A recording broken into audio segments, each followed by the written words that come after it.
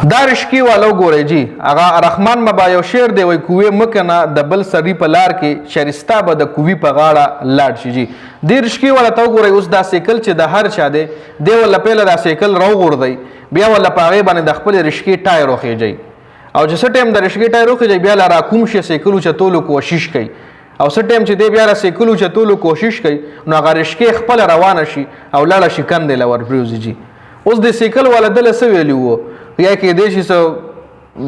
پته نه لګي چې لکه دا څنګه خلک دي نن سبا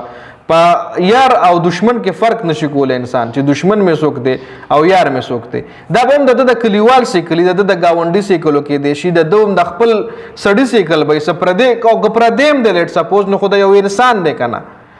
د یو مسلمان دی که نه که مسلمان دی هم نه خو یو انسان دی نو انسانیت خو الله پاک را لیږلی دی دنیا له که نه نو اوس د سیکل تا له څه ویلو چې دا سیکل تا راوغورځولو بیا د پې د رشکې ټایر خېجولو او بیا هغه رشکه تا نه خپله لاړه الله پاک درله کندې له وغورځولو دومره نقصان به تا دله نی ورکړي چې څومره نقصان تا له الله پاک درکو د دغه رشکې به خامخا شیشه فرنټ ماته شوي سیټ میټ وغیره نور به هم پکې ډینټ پینټ کار به پکې راغلي خامخا نو دا څه دا چې ته بل ته نقصان ورکې نو الله پاک دا وباسي لکه دې رشکې والا نه خو په دې ټایم باندې الله پاک وویښکل خو کم انسان چې بل انسان ته نقصان ورکوي بل له کوې کني نو دا دله د خپل ځان ته کني دا د خپل ځان له نقصان ورکوي بل له به ته څه نقصان ورکوي د ستا به دغه وس اوس د دې رشکې والا به دغه وس چې دا سیکل یې وله راوغورځولو د سیکل په مخکني ټایر باندې وله د رشکې پایه خېجوله ده به دا وسو مطلب په ټایر به ولا پنچر کړي میکسیمم ریم به ولا د ټایر هغه کوک کړي او دله الله پاک څومره نقصان ورکړي دی شي دا هغه ټایر هم ډس شوي ریم هم کوک شوي فرنټ شیشې هم ماته شوي ډینټ پینټ هم پکې راغلي نو ګوره الله پاک وباسي چاله ډیل ورکړي وي الله پاک چې ځه کله بوډا شي انسان نو بیا بل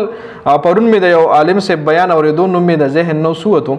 خو هغه وویل چې کله انسان مړ کېږي که نه نو د مخې له ده چې دا کومه زندګي د دې یو فلم ولا خشته غوندې تیر شي که چېرې دا انسان نیکعمله وي که نه نو دله یو ښکلې د ژوند دغه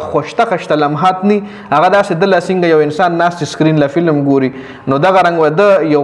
لکه د سترګو کې هغه عکس غوندې تیر شي ښکلي لمحات د ده په سترګو کې تیر شي د وړاندې راشي خشته لمحات د چې په زندګۍ کې کم تیر کړي وي خو چې اوس یو بدعمله انسان وي هغه ټول عمر همدا کار کړي وي بل نقصان ورکړي چاله څه کړي چاله څه کړي نو زه دا حیران یم چې دی مړ کېږي نو دله به الله پاک هم دغه غلط کارونه دله به دی به بیا هغه ټایم افسوس کوي چې کاش فلاني ته مې دغه نقصان نه وی ورکړی کاش فلانی مې هلته راغورځولی نه وی کاش فلانی ته مې کنده نه وی کنستی دغه ټایم به بیا دی کاش کوي خو بیا پې وخت تیر وي جي نو ګوره چې کم انسان بل ته نقصان ورکوي نو هغه د خپل ځان ته ورکوي دا بل انسان ته نه ورکوي دا ته خپل ځان له نقصان ورکوي نو کوشش کوو به انشاءالله چې د بل انسان نقصان ونکو بل انسان له فایده ورکو بهترین انسان هم هغه دی په دې مخ په ځمکه باندې چې هغه بل انسان ته نفع ورسوي فایده ورسوي چې نقصان نه فایده ورسوي دا د مون خوږ نبی حضرت محمد صلی الله علیه و وسلم فرمایلی دي چې بهترین انسان هغه چې هغه بل انسان ته نفع ورسوي فایده ورته ورسوي نو بیا دغه حل وروره دا یو زمونږ دپاره په دې ویډیو کې یو غټ عبرت و خو چې څوک پوه شي